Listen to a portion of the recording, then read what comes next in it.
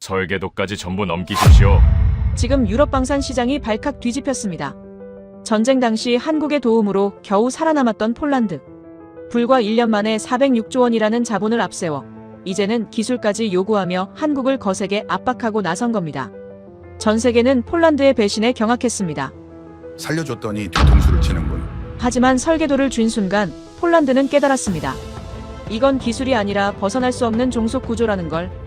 한국은 어떻게 이 협상을 뒤집은 걸까요?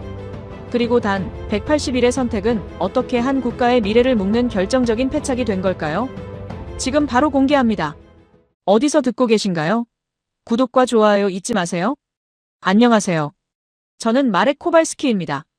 폴란드 국방부 조달 협상관으로 저는 2022년 가을 이 나라에서 가장 불가능한 임무를 떠안은 사람입니다. 러시아의 포탄이 우크라이나 동부를 쑥대밭으로 만들던 그날 새벽. 저는 바르샤바 국방부 지하 회의실에서 두꺼운 서류 뭉치를 앞에 두고 자리를 지키고 있었습니다. 형광등 빛이 차갑게 내리쬐는 그 밀폐된 공간에서 참모총장이 던진 한마디가 공기를 완전히 얼어붙게 만들었죠. 현재 가용 포탄 재고 사흘치입니다. 그 말이 귀에 들어오는 순간 손끝부터 차가워졌습니다. 사흘이라는 숫자가 회의실 안을 가득 메웠고 그 침묵 속에서 저는 폴란드가 얼마나 아슬아슬한 선 위에 서 있는지를 처음으로 실감했습니다. 국경에서 450km도 떨어지지 않은 곳에서 전쟁이 벌어지고 있는데 우리 손에 쥔 탄약은 사흘치뿐이었던 겁니다. 바르샤바 시내에는 여전히 가로등이 켜져 있었고 카페 창문 너머로는 사람들이 커피잔을 들고 앉아 이야기를 나누고 있었습니다. 하지만 지하 회의실의 공기는 그 바깥 세상과 완전히 단절된 것처럼 무거웠습니다. 저는 그 순간 처음으로 나라 하나가 얼마나 빠르게 무너질 수 있는지를 피부로 느꼈습니다. 그것은 총소리가 들려서가 아니었습니다. 숫자 하나 사흘이라는 숫자 때문이었습니다.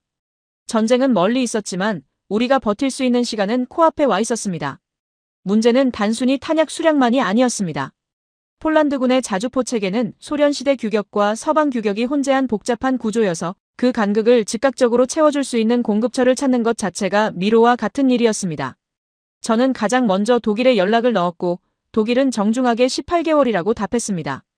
프랑스는 24개월을 이야기했으며 미국은 우크라이나 지원, 우선순위를 이유로 납기 보장 자체가 불가능하다는 회신을 보내왔습니다. 저는 그 회신들을 책상 위에 나란히 펼쳐놓고 한참을 바라보았습니다. 동맹이라는 말이 얼마나 빠르게 조건부가 되는지를 그 자리에서 직접 확인하는 순간이었죠. 평시에 그토록 자주 들었던 연대라는 단어가 위기의 순간에는 납기 일정 뒤에 숨어 사라져버렸습니다. 그때 부관이 가져온 서류 한 장에 한국이라는 단어가 적혀 있었습니다. 서울의 방산기업 측에서 보낸 제안서였는데 내용은 놀라울 만큼 간결했습니다. 180일 내 납품, 자국군 물량 일부 전환 포함, 조건은 협상 가능. 저는 처음에 그 제안서에 손을 대지 않았습니다. 한국이라는 나라가 유럽 전선의 긴박감을 과연 이해하기나 하겠느냐는 편견이 먼저 앞을 가로막았으니까요. 동아시아의 방산기업이 유럽의 분쟁 구조에 맞는 물자를 이 속도로 공급할 수 있다는 발상 자체가 낯설었고 그런 나라가 실제로 그것을 해낼 수 있다는 사실을 선뜻 믿기가 어려웠습니다. 하지만 독일과 프랑스와 미국의 회신들을 다시 한번 훑어보면서 저는 천천히 현실을 받아들였습니다. 명분을 따질 시간이 우리에게는 없었습니다. 엘리자 노박 전략실장이 제 옆에 서서 조용히 말했습니다. 지금 폴란드에 필요한 건 누가 가장 합리적인가가 아니라 누가 가장 빠른가입니다. 엘리자의 목소리에는 평소의 분석적인 냉정함 대신 드물게 절박함이 묻어 있었습니다. 저는 그 말을 듣고 나서야 한국 측에 연락을 취했습니다. 사흘 뒤 서울과 화상으로 마주한 인물이 박준호였습니다. 방산기업 글로벌 총괄이라는 직함을 달고 있었는데 화면 너머로 보이는 그의 표정은 처음부터 끝까지 흔들림이 없었습니다. 저는 협상이라는 형식을 기대했지만 박준호는 협상이 아니라 설명에 가까운 방식으로 이야기했습니다. 우리가 할 수 있는 것과 없는 것, 납기가 가능한 품목과 불가능한 품목을 명확하게 구분해서 제시했고 숫자에 과장이 없었습니다. 유럽 파트너들이 부풀린 기대와 구체성 없는 약속으로 시간을 벌려는 동안 이 사람은 가능한 것만 정확하게 말하고 있었죠. 그 명확함이 오히려 저를 당황하게 했습니다. 협상 테이블에서 이렇게 단정하게 자기 패를 보여주는 상대를 저는 처음 만나봤으니까요. 박준호가 마지막에 덧붙인 내용이 핵심이었습니다. 자국군 편제 물량의 일부를 폴란드 측으로 우선 전환하겠다는 것이었습니다. 그것은 단순한 공급 제한이 아니었습니다. 한국이 자국군의 전력 일부를 담보로 내놓겠다는 의미였으니까요. 저는 그 말을 듣고 잠시 침묵했습니다. 동맹국들이 자국 우선을 내세우며 납기를 뒤로 미루는 동안 한국은 그 원칙을 스스로 깨는 제안을 하고 있었습니다. 그것을 신뢰의 표시로 읽어야 할지 아니면 더 깊은 계산의 결과물로 읽어야 할지 알 수 없었습니다. 어쩌면 그 두 가지가 동시에 맞는 것일 수도 있다는 생각이 들었지만 그 순간에는 그걸 따질 여유가 없었습니다. 계약서에 서명하던 날 밤 엘리자가 회의실 창문 너머 바르샤바 시내를 바라보며 조용히 말했습니다. 마렉, 우리가 지금 무엇에 서명하는 건지 정확히 알고 있어야 합니다. 저는 그 말을 당시에는 단순한 신중함으로 들었습니다. 계약에 수반되는 조건들을 꼼꼼히 살피자는 뜻으로만 이해했죠. 하지만 지금 돌아보면 엘리자는 그 순간에 이미 제가 보지 못하는 무언가를 감지하고 있었는지도 모릅니다. 첫 번째 물량이 도착한 건 계약 후 14일째 되는 날이었습니다. 폴란드 공군기지 활주로에 수송기가 내려앉았고 그 안에서 쏟아져 나오는 탄약. 박스들을 바라보던 저는 오랫동안 참았던 숨을 처음으로 제대로 내쉬었습니다. 기지사령관이 옆에 서서 말했습니다. 이 속도는 처음 봅니다. 저는 아무 말도 하지 않았지만 속으로는 전적으로 동의했습니다. 동의하면서 동시에 이 속도가 공짜일 리 없다는 생각이 처음으로 스쳤습니다. 하지만 그 생각은 곧 안도감에 밀려 사라졌습니다. 180일의 도박은 그렇게 첫 판에서 이긴 것처럼 보였습니다. 적어도 그 순간에는 그렇게 보였습니다. 첫 번째 수송기가 활주로를 떠난 지 석 달이 지났습니다. 그 사이 폴란드는 눈에 띄게 달라졌습니다. 탄약 재고는 안정권에 접어들었고 국방부 복도에는 위기 때와는 전혀 다른 공기가 흐르고 있었습니다. 사람들의 걸음이 빨라진 게 아니라 오히려 여유로워졌습니다. 회의실에서 오가는 말들도 바뀌었죠. 생존이 아니라 계획이라는 단어가 다시 등장하기 시작했고 위기 때라면 불가능했을 장기 전략 보고서들이 책상 위에 쌓이기 시작했습니다. 저는 그 변화를 바르샤바 국방부 10층 창가에서 온몸으로 느꼈습니다. 비스와 강이 굽이치는 시내가 내려다보이는 그 자리에서 저는 처음으로 여유 있게 커피를 마셨습니다. 위기 때는 커피 한 잔조차 제대로 마실 수 없었으니까요. 탄약 사흘치라는 숫자가 머릿속을 지배하던 그 시절이 불과 석 달 전인데도 까마득하게 느껴졌습니다. 살아남았다는 안도감은 생각보다 훨씬 강한 것이었습니다. 그리고 그 안도감은 아주 자연스럽게 다른 감정으로 이어졌습니다. 우리도 할 수 있다는 이제는 우리가 주도해야 한다는 욕망이었습니다. 그 욕망은 조용했지만 뜨거웠고 한번 불붙고 나서는 쉽게 꺼지지 않았습니다. 엘리자 노박이 회의실 화이트보드 앞에 섰을 때 저는 처음에는 평소에 보고 형식이겠거니 생각했습니다. 하지만 엘리자가 첫 줄에 적은 숫자를 보는 순간 허리가 저절로 펴졌습니다. 406조. 폴란드 정부가 향후 10년간 국방 예산으로 책정한 금액이었습니다. 엘리자는 그 숫자 아래에 선을 긋고 현재 폴란드 방위산업이 그 예산 중 자체 생산으로 소화할 수 있는 비율을 적었습니다. 12%. 저는 그 두 숫자 사이의 간극을 바라보며 이것이 단순한 예산 보고가 아니라는 것을 직감했습니다. 406조와 12% 사이의 공백은 숫자가 아니었습니다.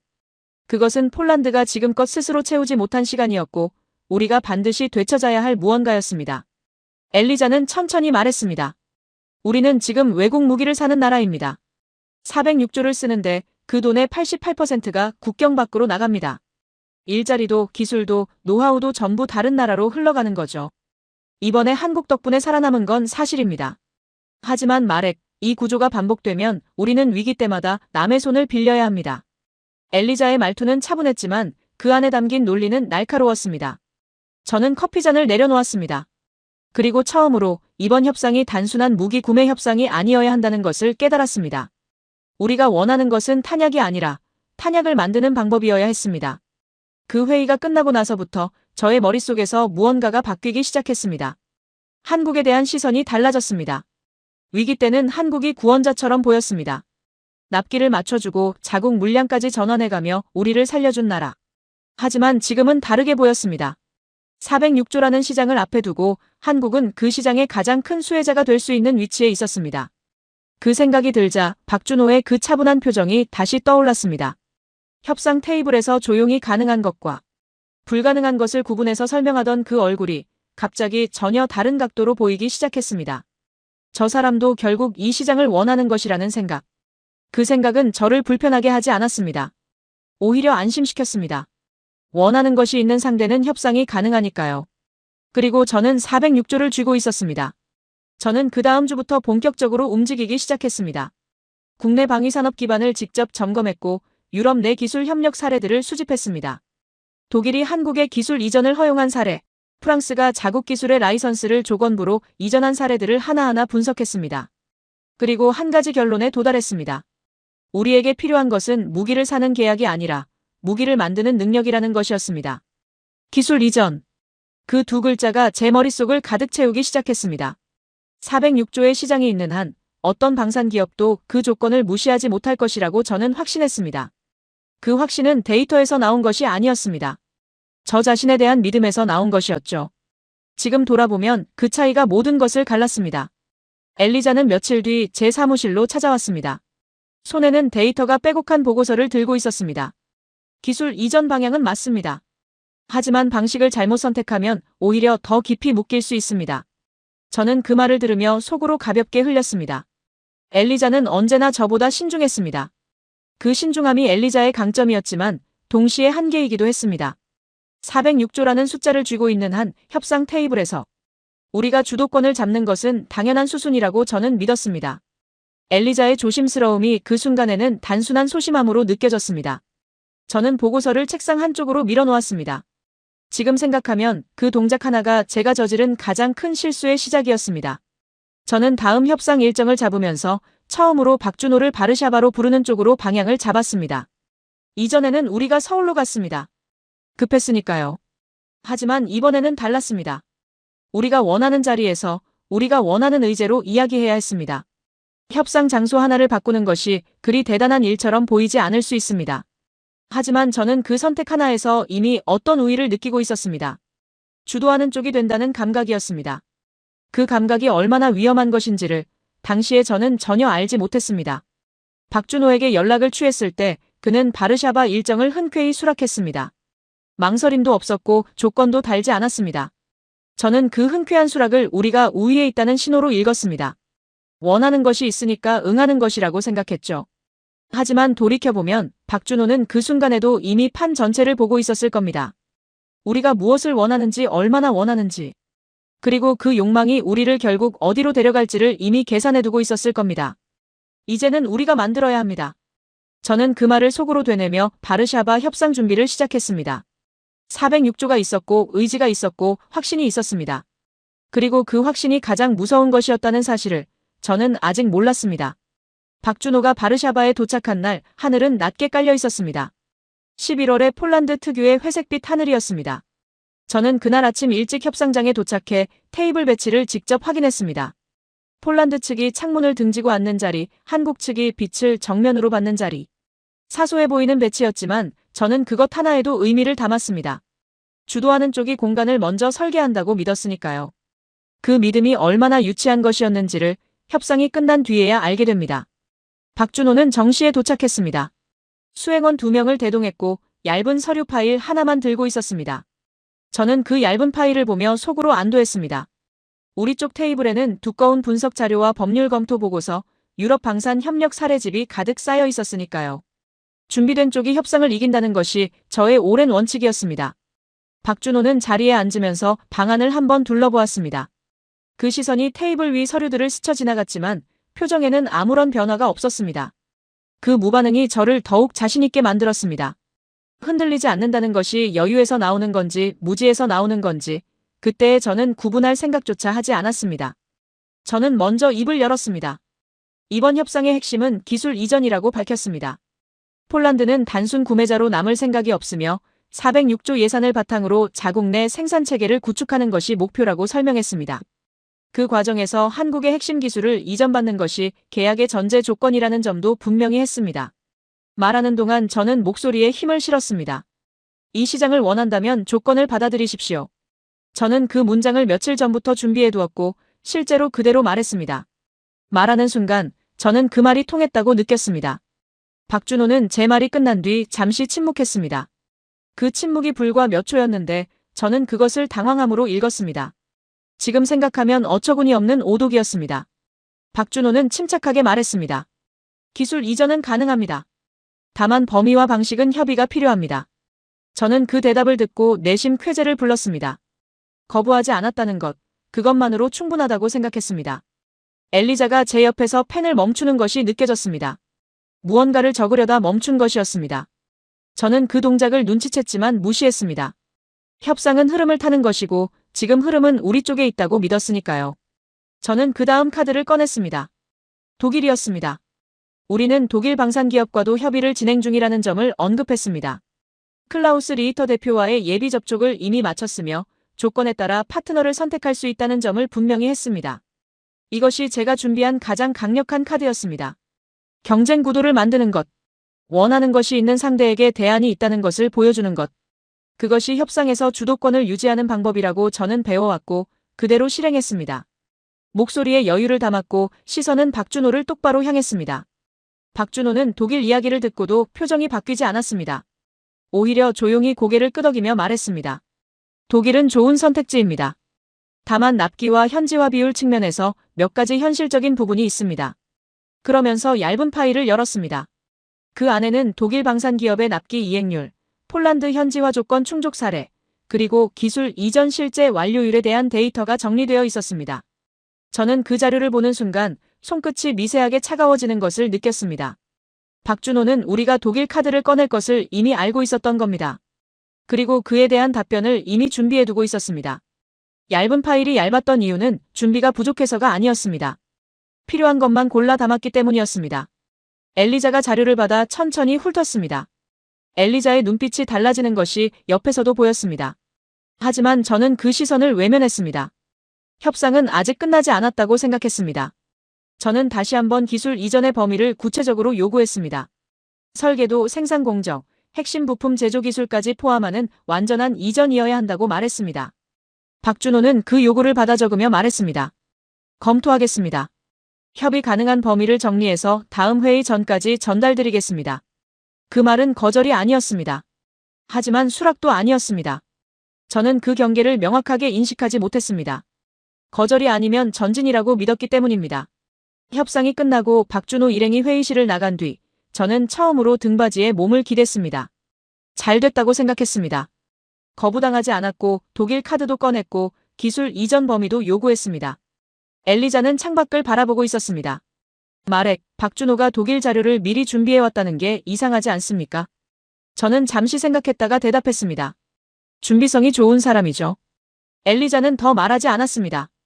그 침묵이 무엇을 뜻하는지 저는 그때 알려고 하지 않았습니다. 알고 싶지 않았던 것일 수도 있습니다. 바르샤바의 11월 하늘은 협상이 끝난 뒤에도 여전히 회색이었습니다. 저는 그날 밤 숙소로 돌아가는 차 안에서 창밖을 바라보며 생각했습니다. 우리가 이기고 있다고. 406조가 있었고 요구를 분명히 했고 상대는 거부하지 않았습니다. 그것으로 충분했습니다.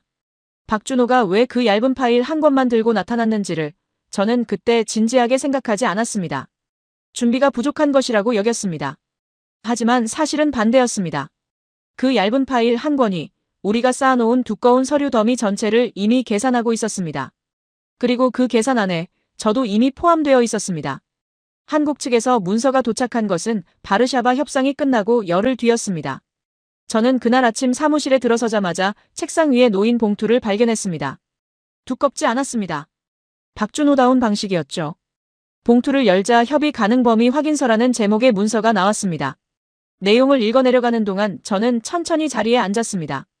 기술 이전 동의, 현지 생산 협력 가능, 설계자료 제공 원칙적 합의. 문장들은 짧았지만 저에게는 충분했습니다. 저는 그 문서를 손에 쥔 채 한동안 창밖을 바라보았습니다. 이겼다고 생각했습니다. 아니, 정확히 말하면 이겼다고 확신했습니다. 확신과 사실 사이에 얼마나 큰 공백이 있는지를 그때 저는 알지 못했습니다.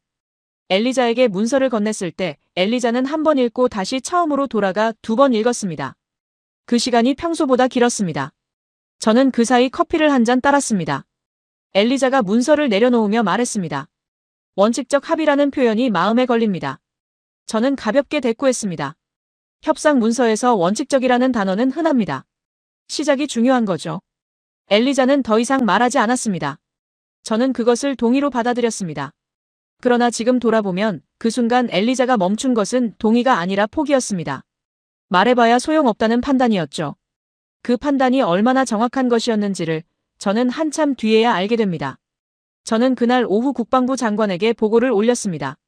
한국 측으로부터 기술 이전 원칙 합의를 이끌어냈으며 향후 협상을 통해 구체적인 범위와 일정을 확정할 예정이라는 내용이었습니다. 장관은 보고를 받으며 만족스러운 표정을 지었습니다. 잘했습니다, 마렉. 폴란드가 직접 만드는 시대를 열어야 합니다. 저는 그 말을 들으며 처음으로 어깨에 힘이 들어가는 것을 느꼈습니다. 협상관으로서 10년 넘게 일해왔지만 이런 규모의 성과를 가져온 것은 처음이었습니다. 406조 시장, 기술 이전 합의. 그 두 가지가 동시에 이루어지는 순간을 저는 커리어의 정점으로 느꼈습니다. 그 감각이 판단력을 얼마나 흐리게 만드는지 그때는 알 수 없었습니다. 성공의 무게는 때로 눈을 멀게 합니다. 가장 위험한 순간이 정상에 섰다고 느끼는 그 순간이라는 것을 저는 아직 배우지 못했습니다. 다음 주 폴란드 정부는 공식 발표를 준비했습니다. 저는 그 발표문 초안 작성에도 참여했습니다. 문구 하나하나를 다듬으면서 저는 이상하리만큼 기분이 좋았습니다. 이제 폴란드도 무기를 만든다. 그 문장이 발표문의 핵심이었고 저는 그 문장을 읽을 때마다 뭔가 역사적인 일에 참여하고 있다는 감각을 느꼈습니다. 바르샤바 국방부 대회의실에서 장관이 발표문을 읽는 동안 저는 뒷줄에 앉아 그 장면을 지켜보았습니다. 카메라 플래시가 터졌고 기자들이 질문을 쏟아냈으며 장관은 자신있게 3년 내 자립 생산체계 구축이라는 목표를 밝혔습니다. 그 숫자가 어디서 나온 것인지 저는 알고 있었습니다. 제 보고서에서 나온 것이었습니다. 저는 그것이 자랑스러웠습니다. 회의실 안을 가득 채운 기자들의 카메라 소리와 장관의 목소리가 뒤섞이는 그 순간 저는 처음으로 이 나라의 미래를 바꾸는 일에 손을 얹었다는 감각을 느꼈습니다. 그 감각이 얼마나 위험한 것이었는지를 그때는 몰랐습니다. 발표가 끝난 뒤 엘리자와 함께 회의실을 나오면서 저는 처음으로 가벼운 발걸음을 느꼈습니다. 엘리자는 조용했습니다. 복도를 걸으면서 엘리자가 말했습니다. 마렉, 한 가지만 물어봐도 됩니까? 저는 고개를 끄덕였습니다. 엘리자는 멈추지 않고 걸으면서 말했습니다. 원칙적 합의라는 문서 한 장으로 3년 내 자립이라는 목표를 공개 발표한 겁니다. 한국 측은 그 발표를 보고 무슨 생각을 할까요? 저는 걸음을 멈추지 않으면서 대답했습니다. 우리가 진지하다는 것을 알겠죠. 엘리자는 그 대답에 아무 말도 하지 않았습니다. 복도 끝에서 각자의 방향으로 갈라지면서 저는 엘리자의 뒷모습을 잠깐 바라보았습니다. 무언가 찜찜한 감각이 있었지만 오래가지 않았습니다. 성공의 흥분이 그것을 덮어버렸습니다. 지금 생각하면 그 복도에서 엘리자의 말을 흘려버린 순간이 제가 멈출 수 있었던 마지막 기회였는지도 모릅니다. 그로부터 며칠 뒤 박준호에게서 연락이 왔습니다. 짧은 메시지였습니다. 폴란드 정부의 발표를 잘 봤습니다. 구체적인 협의를 이어가겠습니다. 저는 그 메시지를 읽으며 다시 한번 자신감을 느꼈습니다. 상대도 우리의 의지를 확인했고 협상은 계속된다. 모든 것이 계획대로 흘러가고 있다고 생각했습니다. 하지만 그 메시지에 담긴 진짜 의미를 저는 읽지 못했습니다. 잘 봤습니다 라는 말은 단순한 확인이 아니었습니다. 폴란드가 공개 발표까지 했다는 것은 이제 물러서기 어려운 상황이 되었다는 것을 박준호가 인식했다는 뜻이었습니다. 우리가 스스로 협상 카드를 줄인 셈이었는데 저는 그것을 성과로 읽고 있었습니다. 박준호의 메시지는 짧았고 그 짧음이 이미 답이었는데 저는 그 길이에서 아무것도 읽지 않았습니다. 기술연구소장 토마시 레반도프스키를 처음 만난 것도 그 무렵이었습니다. 정부 발표 이후 기술검토팀이 꾸려졌고 토마시가 그 팀의 책임자로 임명됐습니다. 토마시는 첫 만남에서부터 조용했습니다. 악수를 하면서 제 눈을 한번 바라보더니 이전에 받은 자료가 있습니까? 라고 물었습니다. 저는 한국 측이 보내온 협의 가능 범위 확인서를 건넸습니다. 토마시는 그것을 읽으면서 얼굴 표정이 서서히 굳어지는 것 같았습니다. 하지만 저는 그 표정을 대수롭게 여기지 않았습니다. 엔지니어들은 원래 신중한 법이니까요. 토마시가 문서를 다 읽고 나서 말했습니다. 이건 무엇을 이전한다는 건지 구체적으로 적혀 있지 않습니다. 저는 대답했습니다. 그래서 협의를 하는 겁니다. 토마시는 고개를 끄덕였지만 그 고개 끄덕임이 납득이 아니라 체념처럼 느껴졌습니다. 그 느낌도 저는 금방 흘려버렸습니다. 엔지니어와 협상관은 보는 각도가 다를 수밖에 없다고 저는 스스로를 납득시켰습니다. 그 시기에 저는 스스로를 믿고 있었습니다. 아니, 정확히 말하면 저 자신이 설계한 그림을 믿고 있었습니다. 406조, 기술 이전 합의, 3년 내 자립. 그 세 가지가 하나의 선으로 연결되어 있다고 확신했습니다. 협상이란 결국 의지의 싸움이고 우리에게는 의지가 있었습니다. 하지만 의지와 구조는 다른 것이었습니다. 의지는 방향을 가리킬 수 있지만 구조는 이미 놓여있는 길을 결정합니다. 우리가 걷고 있는 길이 어디로 이어지는지를 저는 아직 보지 못하고 있었습니다. 이제 폴란드도 무기를 만든다. 그 문장이 바르샤바 언론에 실리는 동안 서울에서는 전혀 다른 계산이 진행되고 있었습니다. 그리고 토마시는 이미 그것을 느끼고 있었습니다. 저는 느끼지 못했습니다. 승리의 감각이 너무 선명했기 때문입니다. 가장 위험한 착각은 언제나 가장 확실한 얼굴을 하고 찾아옵니다. 토마시 레반도프스키가 기술연구소로 돌아간 뒤 저는 그를 잊고 있었습니다. 협상 일정이 이어졌고 내부 보고가 쌓였으며 언론 대응도 있었습니다. 기술 검토는 토마시의 몫이었고 협상은 제 몫이었습니다. 그렇게 각자의 자리에서 각자의 일을 하는 것이 옳다고 생각했습니다. 그러나 한국 측에서 첫 번째 설계 자료 패키지가 도착하고 사흘이 지난 날 아침 토마시에게서 전화가 왔습니다. 목소리가 평소와 달랐습니다. 마렉, 직접 와서 봐야 할 것 같습니다. 그것뿐이었습니다. 설명도 없었고 이유도 없었습니다. 그 짧은 문장 안에 담긴 무게를 저는 전화를 끊고 나서야 느꼈습니다. 무언가 단단하고 차가운 것이 위에서 내려앉는 감각이었습니다. 연구소는 바르샤바 외곽에 있었습니다. 도심을 벗어나 40분쯤 달리면 나오는 단층 건물이었는데 겉에서 보면 평범한 산업시설처럼 보였습니다. 저는 그곳을 처음 방문하는 것이었습니다. 주차장에 차를 세우고 건물 안으로 들어서자 토마시가 복도 끝에서 기다리고 있었습니다. 악수 없이 고개만 끄덕이고 돌아섰습니다. 따라오라는 뜻이었습니다. 복도를 따라 걸으면서 저는 토마시의 뒷모습을 바라보았습니다. 어깨가 평소보다 더 무거워 보였습니다. 엔지니어 특유의 무표정이었지만 그 무표정 안에 무언가가 단단히 눌려 있다는 것을 저는 느꼈습니다. 복도는 길었고 발소리만 울렸으며 저는 입을 열지 않았습니다. 토마시가 안내한 곳은 분석실이었습니다. 넓은 테이블 위에 도면들이 펼쳐져 있었고 2명의 연구원이 그 앞에 앉아 있었습니다. 저를 보더니 자리에서 일어났지만 아무 말도 하지 않았습니다. 토마시가 테이블 가운데로 걸어가 도면 하나를 손가락으로 짚었습니다. 한국 측이 보내온 자주포 설계 자료입니다. 저는 가까이 다가가 도면을 내려다보았습니다. 선과 수치들이 빼곡하게 채워져 있었고 처음 보는 저에게는 충분해 보였습니다. 전문가가 아닌 눈에는 완성된 자료처럼 보였습니다. 토마시가 말을 이었습니다. 얼핏 보면 완성된 설계도처럼 보입니다. 하지만 아닙니다. 토마시는 도면 위 특정 구역들을 차례로 가리켰습니다. 이 부분, 그리고 이 부분. 포신 제어 모듈, 사격 통제 시스템, 탄약 자동 장전 메커니즘. 토마시가 가리키는 곳마다 도면에는 동일한 표시가 있었습니다. 작은 직사각형 박스 안에 참조 코드만 적혀 있고 내부 구조는 비어 있었습니다. 토마시가 말했습니다. 이게 블랙박스입니다. 내부가 없습니다. 설계도가 아니라 설계도의 외곽선만 있는 겁니다. 저는 그 말을 듣고 잠시 도면을 다시 바라보았습니다. 처음에는 이해가 되지 않았습니다. 분명히 자료가 왔고 분명히 도면이 있었으니까요. 눈에 보이는 것이 전부가 아닐 수 있다는 생각을 하기까지 짧은 시간이 걸렸습니다. 토마시는 천천히 설명했습니다. 무기 체계에서 가장 핵심적인 부분들, 즉 실제로 무기를 무기답게 만드는 기술들이 모두 이 블랙박스 안에 들어 있습니다. 그 안이 없으면 도면 전체가 껍데기입니다. 조립은 할 수 있습니다. 하지만 제대로 작동하게 만들 수는 없습니다. 저는 그 말의 뜻을 천천히 받아들였습니다. 말은 이해했지만 그것이 의미하는 바를 온전히 받아들이는 데는 시간이 걸렸습니다. 블랙박스가 몇 개나 됩니까? 저는 그렇게 물었습니다. 목소리가 생각보다 작게 나왔습니다. 토마시가 연구원에게 고개를 돌렸습니다. 연구원이 자료를 펼치며 말했습니다. 현재까지 확인된 것만 52개입니다.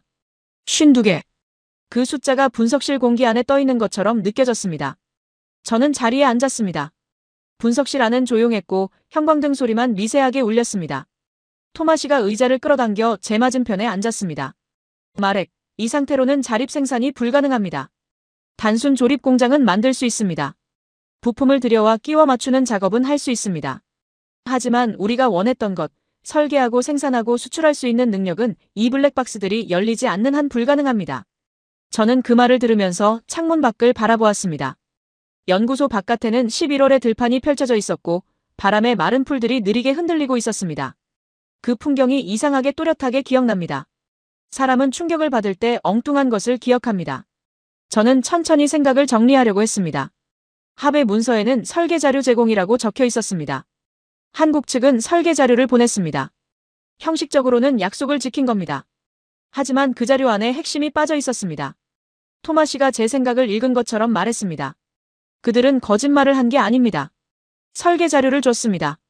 다만 설계 자료라는 말이 우리가 생각한 것과 그들이 보낸 것이 달랐을 뿐입니다. 저는 그 문장을 듣는 순간 등골이 차가워지는 것을 느꼈습니다. 거짓말이 아니었습니다. 그것이 더 무서운 것이었습니다. 거짓말은 들키면 끝나지만 이 방식은 들켜도 끝나지 않습니다. 그들은 약속을 지켰으니까요. 분석실을 나서면서 저는 토마시에게 한 가지를 당부했습니다. 이 내용은 아직 외부로 나가면 안 됩니다. 토마시는 잠시 저를 바라보다가 고개를 끄덕였습니다. 그 눈빛에 무언가가 있었습니다. 동의가 아니라 이해였습니다. 이미 알고 있었다는 듯한 눈빛이었습니다. 돌아오는 차 안에서 저는 아무 말도 하지 않았습니다. 머릿속에서 지난 몇 달의 장면들이 빠르게 지나갔습니다. 406조를 앞세워 협상장에 들어서던 날, 독일 카드를 꺼내며 여유를 부리던 순간, 기술 이전 합의를 성과로 보고하던 그 오후. 그리고 박준호의 표정. 처음부터 끝까지 흔들림이 없었던 그 얼굴. 저는 그 표정을 이제 다른 방식으로 이해했습니다.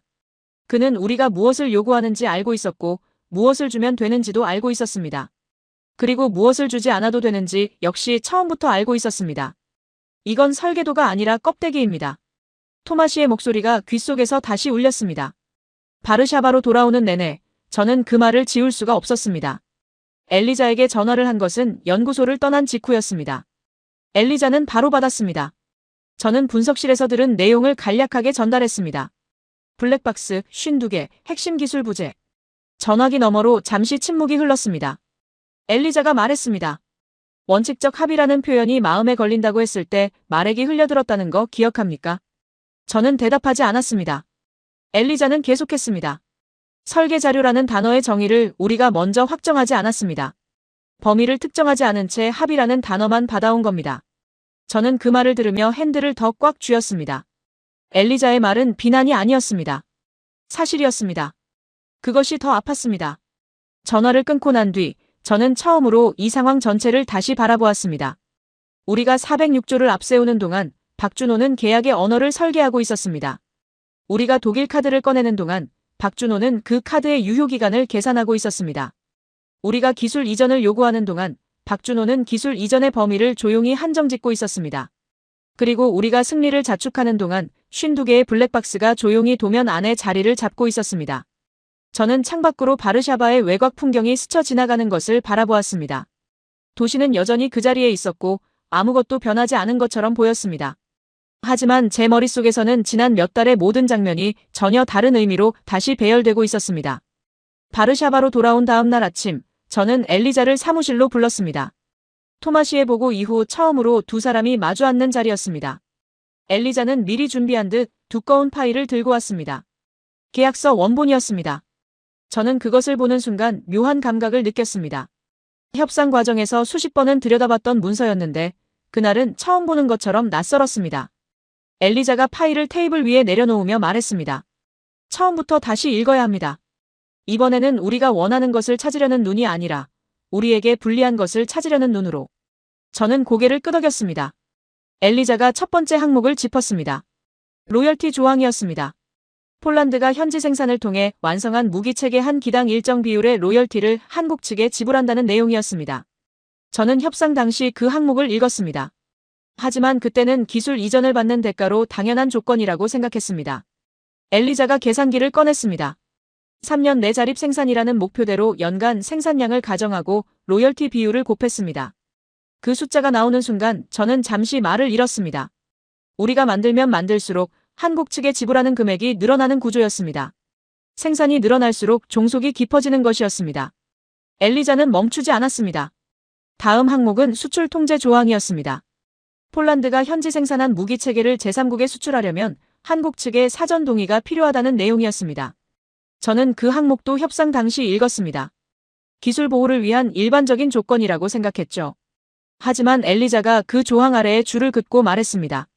폴란드가 방산 수출국이 되려면 한국의 허락이 필요합니다. 허락을 받지 못하면 우리는 우리가 만든 무기를 팔 수 없습니다. 저는 그 말을 천천히 되새겼습니다. 수출이 막힌다는 것은 방산 산업의 성장이 막힌다는 뜻이었고 성장이 막히면 자립이라는 단어는 영원히 도달하지 못하는 목표가 된다는 뜻이었습니다. 세 번째 항목에서 저는 처음으로 등받이에서 몸을 앞으로 당겼습니다. 정비 및 부품 공급 조항이었습니다. 블랙박스에 해당하는 핵심 모듈의 정비와 부품 교체는 한국 측 공인 업체를 통해서만 가능하다는 내용이었습니다. 저는 그 문장을 2번 읽었습니다. 토마시가 말한 52개의 블랙박스가 그 조항과 연결되는 순간이었습니다. 폴란드는 무기를 만들 수 있습니다. 하지만 그 무기가 고장나면 핵심 부위는 한국 측 손을 빌려야 합니다. 만드는 것은 우리지만 고치는 것은 우리가 아닌 셈이었습니다. 엘리자가 조용히 말했습니다. 우리가 만들수록 더 묶입니다. 저는 그 문장을 듣고 잠시 아무 말도 하지 않았습니다. 창밖에는 바르샤바의 오전 햇살이 비교적 맑게 들어오고 있었습니다. 그 햇빛이 테이블 위 계약서 위에 내려앉아 있었습니다. 저는 그 빛을 바라보다가 계약서로 시선을 옮겼습니다. 수십 장의 문서가 거기 있었고 그 문서들이 만들어낸 구조가 이제 눈에 보이기 시작했습니다. 로열티, 수출 통제, 정비 종속. 세 가지가 하나로 엮이면서 만들어진 것은 생산 공장이 아니었습니다. 생산은 하되 통제는 못하는 구조였습니다. 폴란드 이름을 달고 만들어지지만 그 무기를 어디에 팔지, 어떻게 고칠지는 우리가 결정하지 못하는 것이었습니다. 엘리자가 파일을 덮으며 말했습니다. 이 구조는 우연이 아닙니다. 말해. 저는 고개를 들어 엘리자를 바라보았습니다.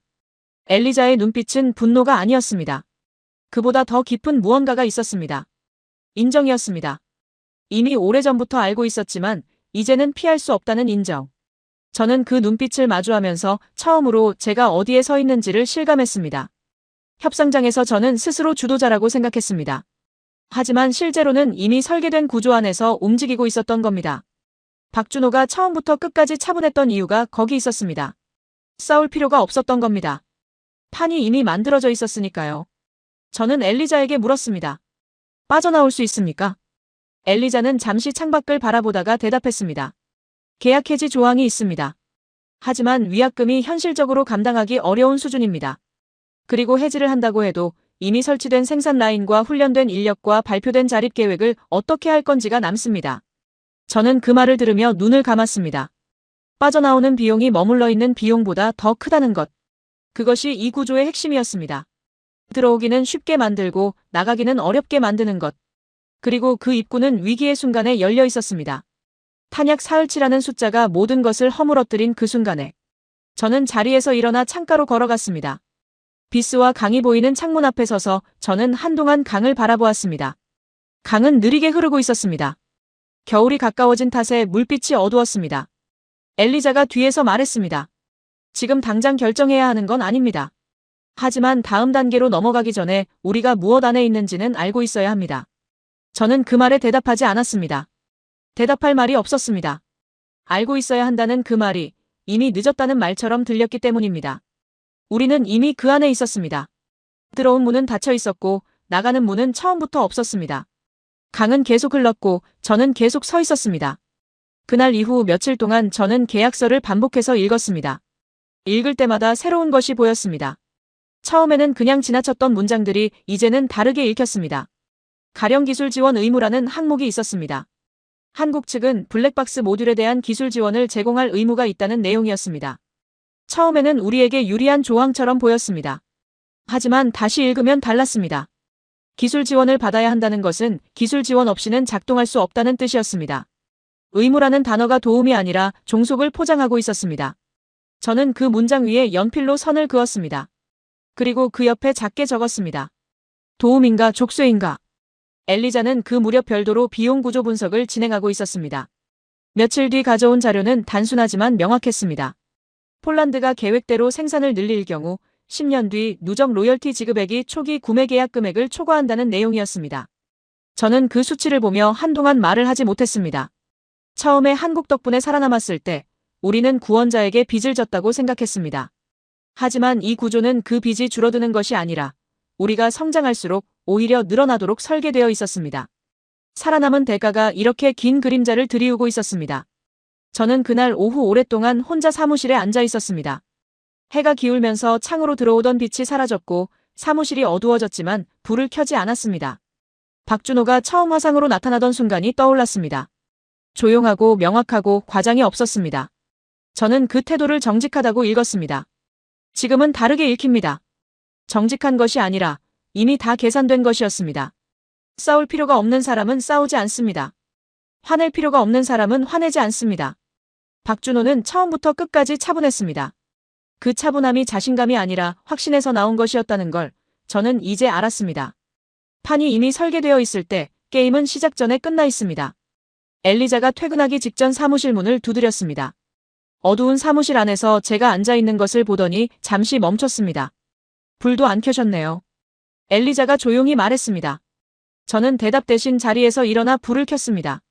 형광등이 깜빡이다 안정되면서 사무실이 밝아졌습니다. 엘리자가 문 앞에 서서 말했습니다. 아직 끝난 게 아닙니다. 저는 그 말을 듣고 천천히 고개를 들었습니다. 엘리자의 표정은 단호했습니다. 우리가 어디에 있는지 알게 된 것, 그게 시작입니다. 저는 그 말에 아무 대답도 하지 않았습니다. 하지만 처음으로 이 상황에서 다음 한 걸음이 있을 수 있다는 생각이 들었습니다. 그 한 걸음이 어디로 향할지는 아직 알 수 없었지만 멈춰 있을 수만은 없다는 것은 알았습니다.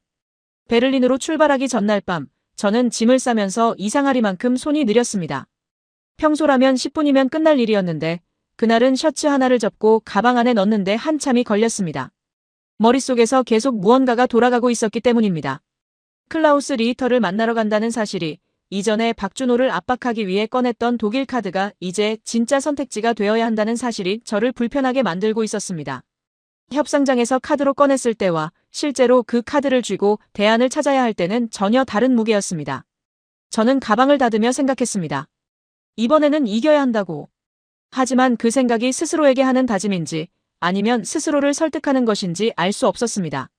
베를린은 바르샤바와 달랐습니다. 도시 전체가 더 크고 더 단단하게 느껴졌습니다. 클라우스 리히터가 지정한 장소는 베를린 밑에 구역의 오래된 건물 안에 있는 회의실이었습니다. 엘리베이터가 없는 건물이었고 3층까지 걸어 올라가는 동안 계단에서 나무 삐걱거리는 소리가 났습니다. 회의실은 좁았지만 정돈되어 있었습니다. 창문 너머로 베를린 시내의 지붕들이 보였습니다. 클라우스 리히터는 이미 자리에 앉아 있었습니다. 60대 초반으로 보이는 인물이었고 회색 머리카락과 반듯한 자세가 오래된 유럽 방산업계의 냄새를 풍겼습니다. 악수를 나누며 저는 그의 손이 단단하다는 것을 느꼈습니다. 저는 먼저 상황을 설명했습니다.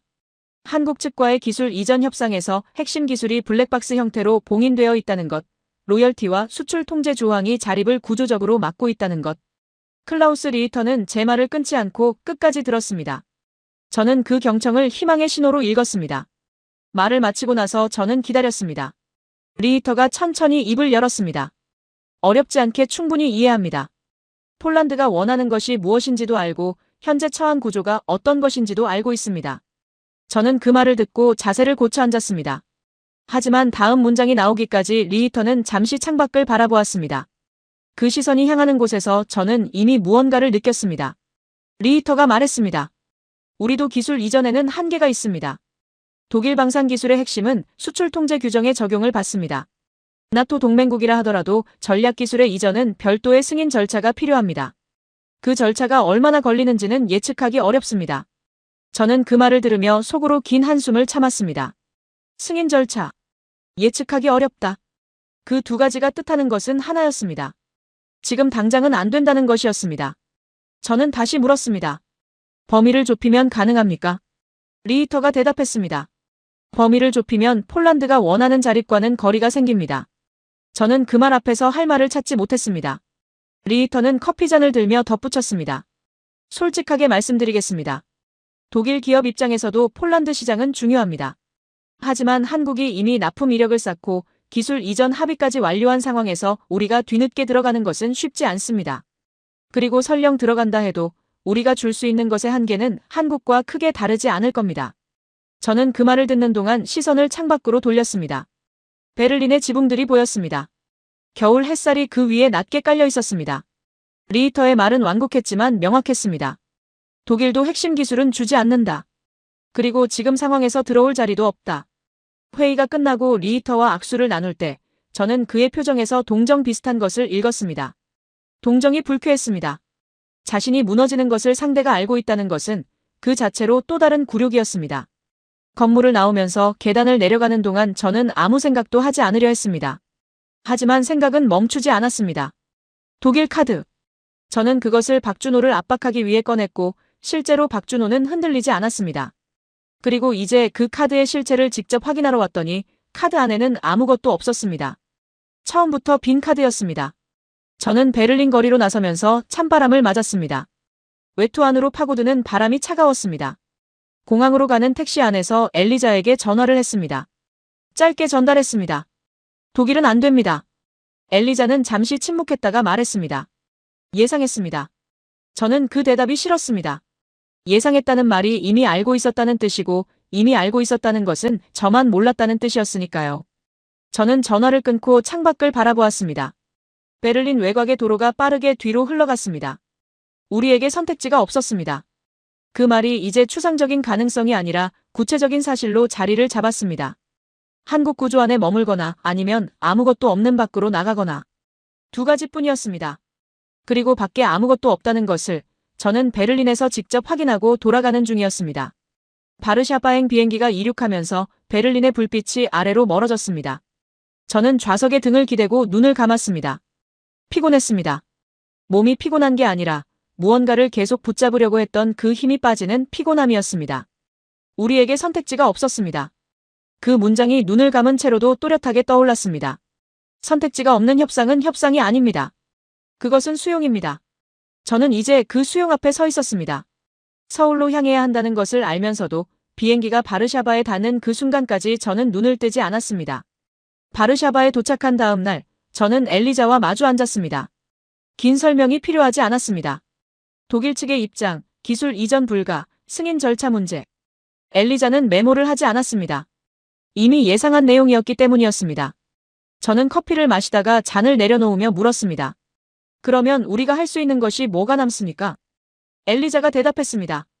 조건을 다시 협상하는 겁니다. 지금 구조 안에서 블랙박스 해제 범위를 넓히고 로열티 상한을 설정하고 수출 통제 조항을 완화하는 방향으로 재협상을 요구하는 겁니다. 저는 그 말을 들으며 생각했습니다. 재협상. 그것은 우리가 원하는 것을 얻지 못했다는 것을 인정하는 것이었습니다. 동시에 그 인정 없이는 다음 한 걸음도 없다는 것을 의미했습니다. 저는 그날 오후 오랫동안 계약서를 다시 읽었습니다. 이번에는 처음과 달랐습니다. 불리한 조항을 찾는 눈이 아니라 재협상의 여지를 찾는 눈으로 읽었습니다. 작은 문장들 사이에서 협의 가능이라는 표현이 보였습니다. 상호 합의에 따라 조정할 수 있다는 조항도 있었습니다.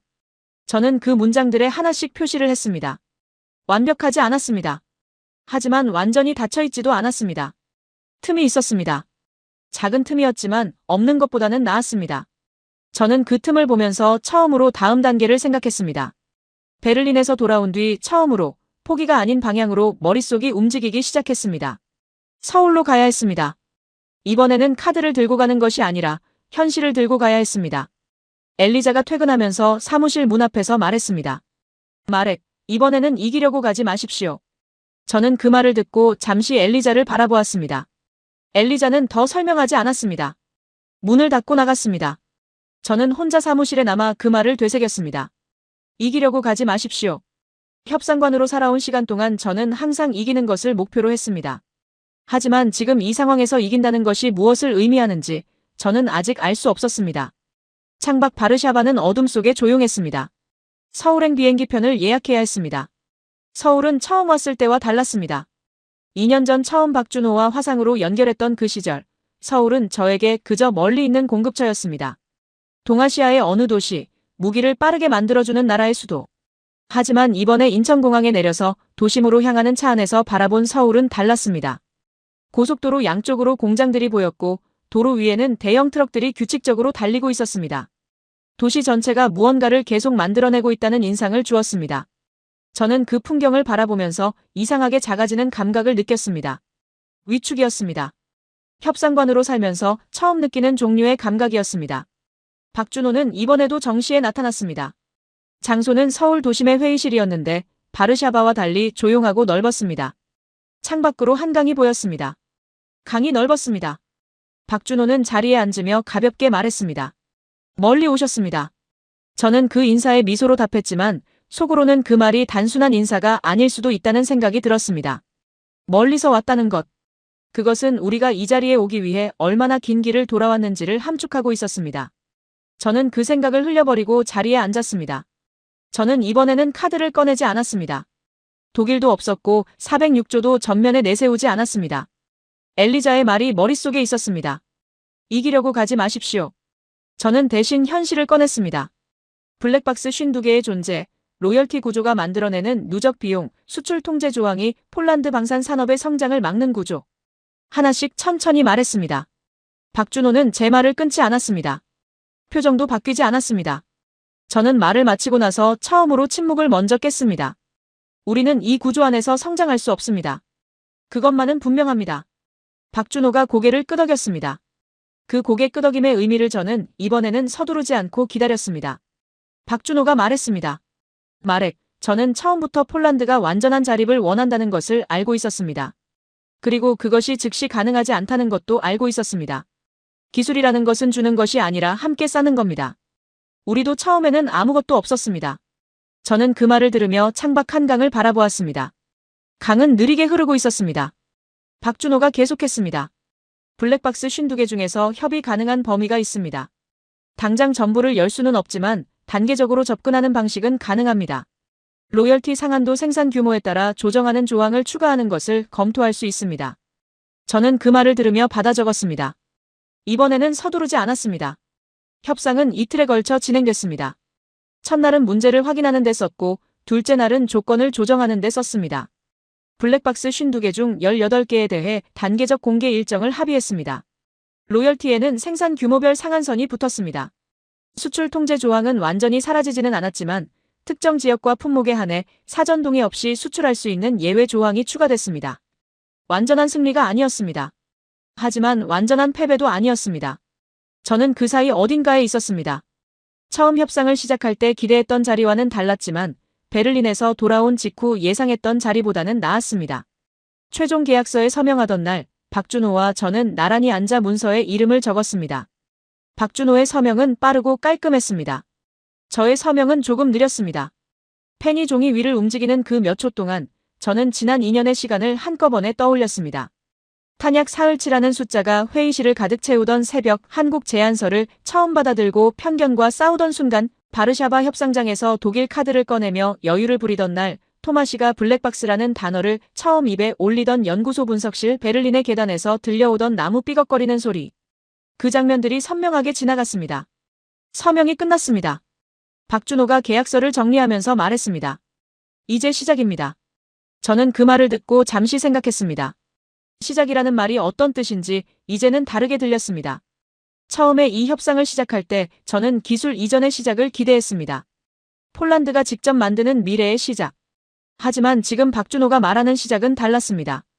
단계적으로 기술을 쌓아가는 긴 과정의 시작이었습니다. 그 과정에서 폴란드는 만들 것입니다. 생산 라인이 돌아갈 것이고 폴란드 이름을 달고 무기가 완성될 것입니다.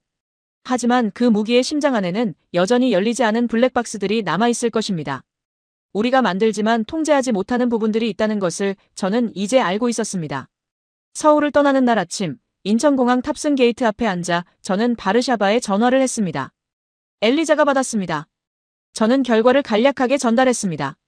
엘리자는 듣고 나서 한 가지만 물었습니다. 마렉, 이번에는 이기려고 갔습니까? 저는 잠시 생각하다가 대답했습니다. 아닙니다. 엘리자가 말했습니다. 그럼 잘 된 겁니다. 저는 전화를 끊고 창밖을 바라보았습니다. 활주로 위에 비행기들이 줄지어 서 있었습니다. 그들은 무기를 판 게 아니었습니다. 구조를 설계해두고 있었습니다. 그 구조 안에 우리가 들어왔고 이제 그 안에서 우리가 할 수 있는 것을 최대한 하는 것이 남은 일이었습니다. 만들지만 통제하지 못하는 것들이 있다는 것을 알면서 그럼에도 만들어야 한다는 것을 알면서 탑승 안내 방송이 흘러나왔습니다. 저는 자리에서 일어났습니다. 바르샤바로 돌아오는 비행기 안에서 저는 처음으로 서류 가방을 열지 않았습니다. 협상관으로 살아온 10년 동안 출장 귀국길 비행기 안에서 서류를 보지 않은 적이 없었습니다. 항상 다음 회의 준비를 했고 다음 협상 전략을 구상했습니다. 하지만 그날은 달랐습니다. 저는 좌석에 등을 기대고 눈을 감았습니다. 비행기가 구름 위로 올라서면서 창밖이 하얗게 변했습니다. 그 하얀 풍경이 이상하게 편안했습니다. 무언가를 끝냈다는 감각이 아니었습니다. 무언가를 인정했다는 감각이었습니다. 폴란드는 만들 것입니다. 그것만은 분명합니다. 생산 라인이 돌아갈 것이고 수천 명의 노동자가 일자리를 얻을 것이고 폴란드 국기가 달린 무기가 유럽의 방산 시장의 모습을 드러낼 것입니다. 그것은 진짜입니다. 하지만 동시에 그 무기의 심장 안에는 우리가 접근하지 못하는 블랙박스들이 남아있을 것입니다. 수출을 하려면 협의가 필요한 조항들이 여전히 계약서 안에 있을 것입니다. 로열티는 상한이 생겼지만 사라지지는 않았습니다. 만드는 것은 우리지만 그 만드는 행위 안에 이미 누군가의 설계가 깔려 있다는 것을 우리는 알고 있었습니다. 비행기가 바르샤바 상공에 접어들면서 구름 아래로 도시가 보이기 시작했습니다. 비스와 강이 도시를 가로질러 흐르고 있었습니다. 저는 그 강을 내려다보면서 생각했습니다. 2년 전 그날 새벽 지하 회의실에서 탄약 사흘치라는 말을 들었을 때 저는 살아남는 것이 전부라고 생각했습니다. 살아남고 나면 달라질 것이라고 믿었습니다. 하지만 살아남는 순간의 선택이 이렇게 긴 그림자를 만들어낸다는 것을 그때는 알지 못했습니다. 위기의 순간에 열린 문은 위기가 끝난 뒤에도 계속 영향을 미치고 있었습니다. 착륙 안내 방송이 흘렀습니다. 저는 안전벨트를 채웠습니다. 바르샤바가 아래에서 가까워지고 있었습니다. 공항에 도착해 짐을 찾으면서 저는 토마시에게 문자를 보냈습니다. 내일 연구소에서 봅시다. 전달할 내용이 있습니다. 토마시의 답장은 빨랐습니다. 기다리겠습니다. 저는 그 두 단어를 보며 가방을 어깨에 올렸습니다. 토마시는 블랙박스 18개의 단계적 공개 일정을 받아들고 기술팀과 함께 무엇부터 시작할지를 정해야 할 것입니다. 할 일이 남아 있었습니다. 끝난 게 아니었습니다. 인정 이후에도 계속 걸어야 했습니다. 저는 공항문을 나섰습니다. 바르샤바의 겨울 공기가 얼굴을 스쳤습니다. 차갑고 선명했습니다.